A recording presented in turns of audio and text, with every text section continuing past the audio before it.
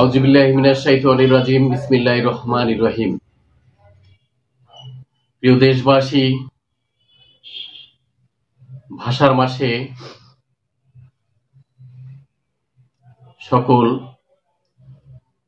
ভাষা শহীদ, মহান স্বাধীনতা মুক্তিযুদ্ধের শহীদ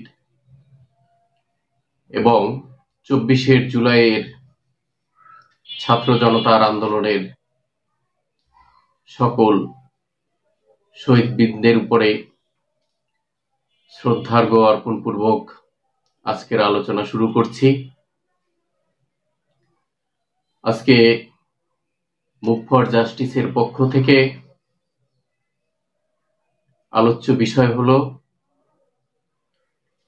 নিরাপদ শিক্ষাঙ্গন চাই।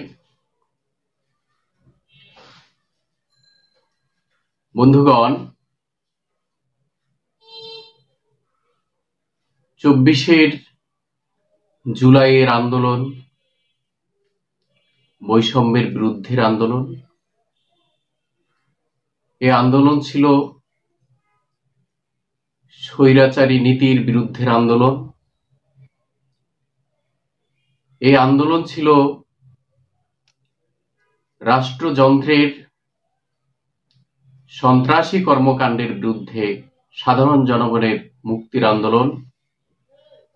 এই আন্দোলন ছিল যুব সমাজকে মাদকের করাল গ্রাস থেকে মুক্তির আন্দোলন। এই আন্দোলন ছিল সুশাসনের জন্য আন্দোলন। এই আন্দোলন ছিল মেধা, বিজ্ঞান এবং জ্ঞান চর্চার আন্দোলন। কিন্তু এই আন্দোলনের রেশ কাটতে না কাটতেই একটি দুঃখজনক ঘটনা ঘটেছে। বাংলাদেশের অন্যতম শ্রেষ্ঠতম বিদ্যাপীঠ কুয়েট অর্থাৎ খুলনা ইঞ্জিনিয়ারিং অ্যান্ড টেকনোলজিস ইউনিভার্সিটিতে, সেখানে সাধারণ শিক্ষার্থীগণ কিছু এক বা একাধিক ছাত্র সংগঠনের হামলার কবলে পড়েছেন, তারা হামলার শিকার হয়েছেন। আমরা মুভ ফর জাস্টিস এই পলিটিক্যাল প্ল্যাটফর্মের সকল নেতৃবৃন্দ এর তীব্র নিন্দা এবং প্রতিবাদ জানাই। আজকে আমরা যেই সময়টাতে দাঁড়িয়ে একটি সভ্য জাতি গঠনের চেষ্টা করছি, সেই সময়ে এই ধরনের একটি অসভ্য বর্বর আচরণ এটা পুরো দেশবাসীকে ব্যথিত করেছে, পুরো দেশবাসীকে আক্রান্ত করেছে। মুভ ফর জাস্টিস এই তরুণ প্রজন্মের কথা বলার প্ল্যাটফর্ম। মুভ ফর জাস্টিস এই তরুণ প্রজন্মের স্বপ্ন দেখার প্ল্যাটফর্ম। মুভ ফর জাস্টিস বাংলাদেশের সকল অন্যায়, অত্যাচার, নির্যাতন, জুলুম, নিপীড়ন এর বিরুদ্ধে রুখে দাঁড়াবার প্ল্যাটফর্ম। মুভ ফর জাস্টিস ভবিষ্যৎ বাংলাদেশের ভবিষ্যৎ নিরাপদ প্রজন্ম গড়ার প্ল্যাটফর্ম। বন্ধুগণ,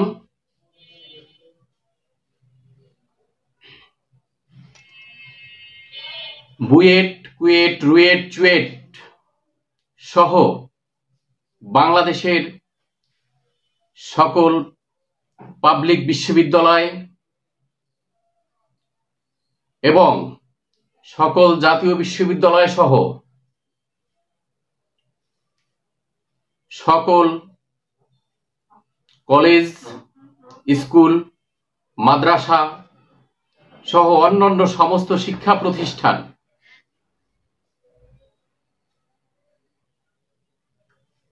নিরাপদ এবং জ্ঞান চর্চার অভয় পরিবেশ হিসেবে এই শিক্ষাঙ্গনগুলো তৈরি করব।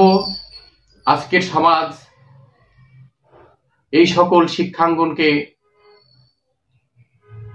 নিরাপদ এবং নির্মল পরিবেশ আকারে শিক্ষা প্রতিষ্ঠান হিসেবে, শিক্ষাঙ্গন হিসেবে তৈরি করবে, এটাই জাতির প্রত্যাশা। আমরা আজকে 2025-এ দাঁড়িয়ে এই ফেব্রুয়ারি মাসে যে কথা বলছি, এই সময় থেকে প্রায় এক যুগ আগ থেকে আমরা চেষ্টা করে আসছি বাংলাদেশ ছাত্র পরিষদ গঠন করার মধ্য দিয়ে নিরাপদ শিক্ষাঙ্গন চাই, এই শিরোনামে ঢাকা বিশ্ববিদ্যালয় সহ বাংলাদেশের বিভিন্ন পাবলিক বিশ্ববিদ্যালয়ের নেতৃত্বে আমরা কম বেশি সারা দেশেই চেষ্টা করেছি। এই চেষ্টার পিছনে কারণ ছিল, আমরা দেখেছি ৭১-এর মুক্তিযুদ্ধের মধ্য দিয়ে যে স্বাধীন বাংলাদেশের জন্ম হয়েছে,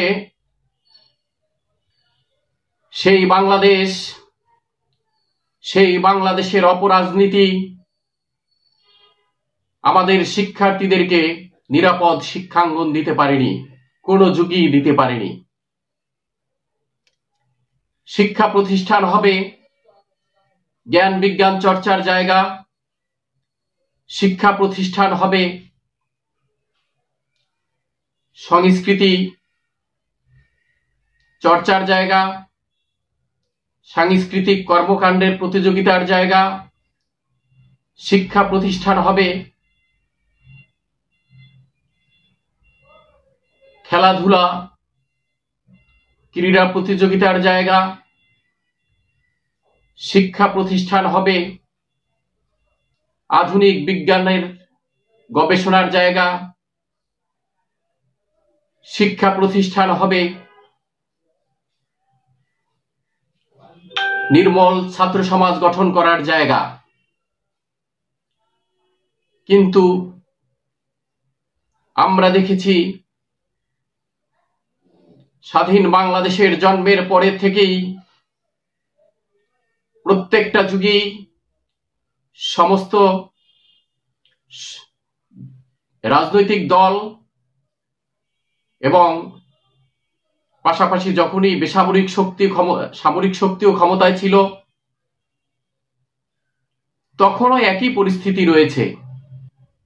মারামারি, কাটাকাটি, হানাহানি, খুনাখুনি,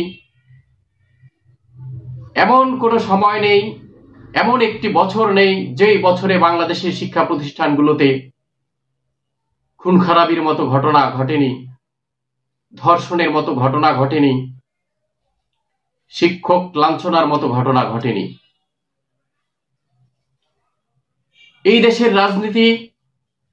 দেশের রাজনীতিবিদগণ এতদিনেও কেন বুঝলেন না যে এর পিছনে কারণটা কি? আমরা লক্ষ্য করেছি সমস্ত রাজনৈতিক নেতৃবৃন্দ তাদের রাজনীতির মঞ্চে উঠে বক্তৃতার বেলায় ঠিকই ভালো ভালো কথা বলেন, তাতে মনে হয় তাদের থেকে সাধু আর পৃথিবীর পৃষ্ঠে আর কেউ হতে পারে না। কিন্তু ওনারা এই বিষয়টার উপরে আজকে পর্যন্ত একটি রাজনৈতিক দলও কেন কাজ করতে পারেনি? আমরা কেন একজন রাজনীতিবিদকেও চিনি না যে এই নিরাপদ শিক্ষাঙ্গনের জন্য একজন রাজনীতিবিদ কথা বলেছেন, কাজ করেছেন, বা কোনো একটা বই লিখেছেন, বা পত্রিকায় একটি কলাম লিখেছেন? আমরা তো এরকমের পাইনি। পাচ্ছি না। এই জায়গাটাতেই বাংলাদেশ ছাত্র পরিষদ এখন থেকে এক যুগ আগে চিন্তা করেছিল, বুঝতে পেরেছিল যে আমাদের অবশ্যই যদি গবেষণামূলক শিক্ষা প্রতিষ্ঠান করতে হয়, আর যদি রাষ্ট্রকে সমৃদ্ধ করতে হয়, অর্থাৎ অর্থনৈতিকভাবে যদি আমরা আমাদের রাষ্ট্রকে গঠন করতে চাই, সমৃদ্ধ করতে চাই, নিঃসন্দেহে বিজ্ঞান, প্রযুক্তি এবং গ্লোবাল বিজনেস এই সম্পর্কে আমাদের জ্ঞান অন্বেষণ করতে হবে। আমাদের দেশে বিদেশে অনেক ছাত্ররাই এই সকল বিষয়ের উপরে শিক্ষা গ্রহণ করেছেন।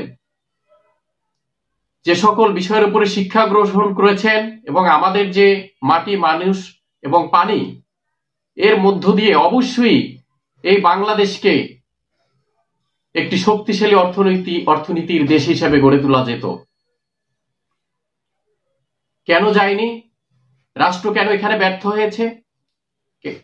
এটাই কারণ বলে বাংলাদেশ ছাত্র পরিষদ এবং মুভ ফর জাস্টিস মনে করে যে কোন সরকারের আমলেই ছাত্র এবং শিক্ষকদের মধ্যে কোনো গবেষণার কাজ হয়নি।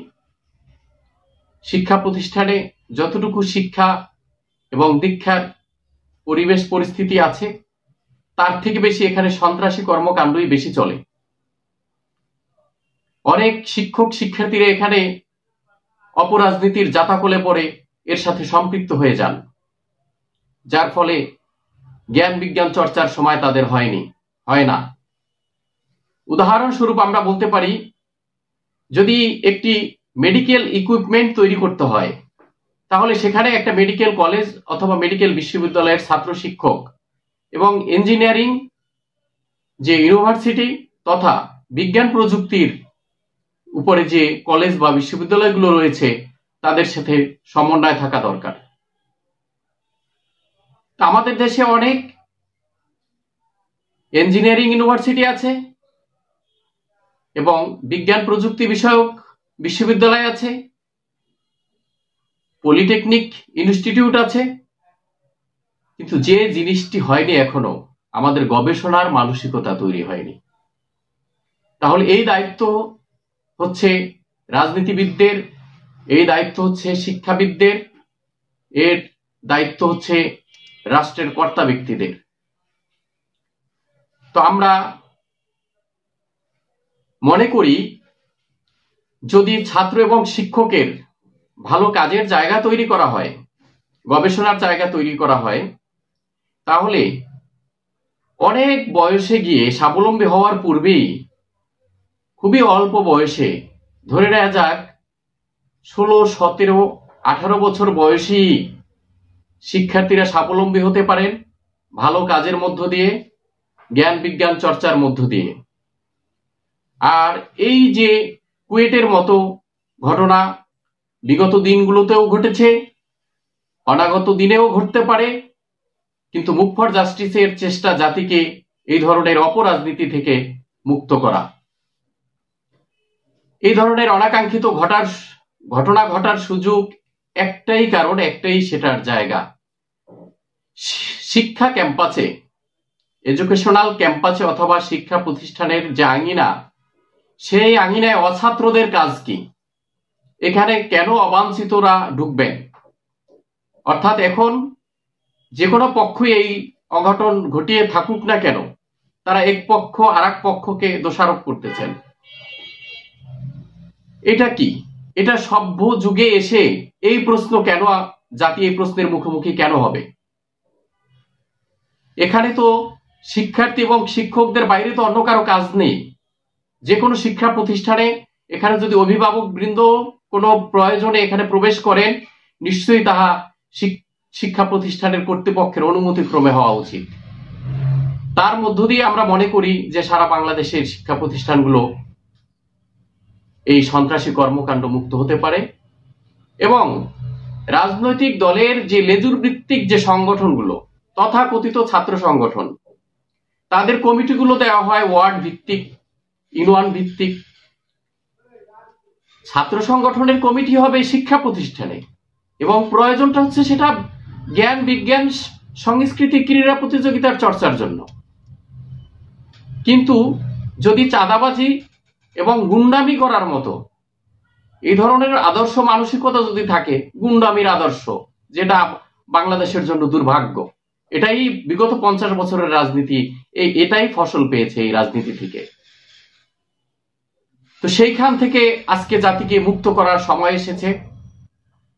আজকে সমগ্র দেশবাসীর প্রতি আহ্বান জানাচ্ছি, যখন আমরা বিভিন্ন ধরনের সমস্যার সম্মুখীন হই তখন আমরা রাজপথে নামি, কিন্তু আমরা আমাদের ভালো সময়টাতে আমরা রাজপথে নামি না, আমরা সংগঠিত থাকি না, সংগঠিত হইনি আজকে পর্যন্ত। আমরা আজকে এই তরুণ প্রজন্ম আমরা মনে করতেছি এখন আর আমাদের ঘরে থাকার সময় নেই, আমাদের দেয়ালে পিঠ থেকে গেছে, আমাদের সমাজকে আমাদেরই গড়তে হবে, আমাদের ভাগ্যকে আমরা কারো উপরে ছেড়ে দিতে পারি না, এটা সম্ভব না। আমাদের ভবিষ্যৎ প্রজন্মের নিরাপত্তা, যে সকল রাজনৈতিক দল, অপরাজনীতি চর্চার যে সকল ব্যক্তিবৃন্দ আছেন, নেতৃবৃন্দ আছেন, তাদের হাতে আর আমাদের সন্তানদের ভাগ্য আমরা ছেড়ে দিতে পারি না। তাই সকলে এগিয়ে আসুন, মুভ ফর জাস্টিসের পতাকা তলে আসুন, বাংলাদেশ ছাত্র পরিষদের পতাকা তলে আসুন, যেখান থেকে জ্ঞান বিজ্ঞানের চর্চা হবে, যেখান থেকে আমরা আমাদের আপ্রাণ চেষ্টার মধ্য দিয়ে চেষ্টা করব, এবং ইনশাআল্লাহ অবশ্যই আমরা সফল হব। আমরা গড়ে তুলব ভবিষ্যৎ প্রজন্ম এবং শিক্ষার্থীদের জন্য নির্মল এবং নিরাপদ শিক্ষাঙ্গন, শিক্ষা প্রতিষ্ঠান, শিক্ষার পরিবেশ, শিক্ষার মাঠ, খেলার মাঠ, শিক্ষার শ্রেণীকক্ষ। আসসালামু আলাইকুম ওয়া রাহমাতুল্লাহ ওয়া বারাকাতুহু।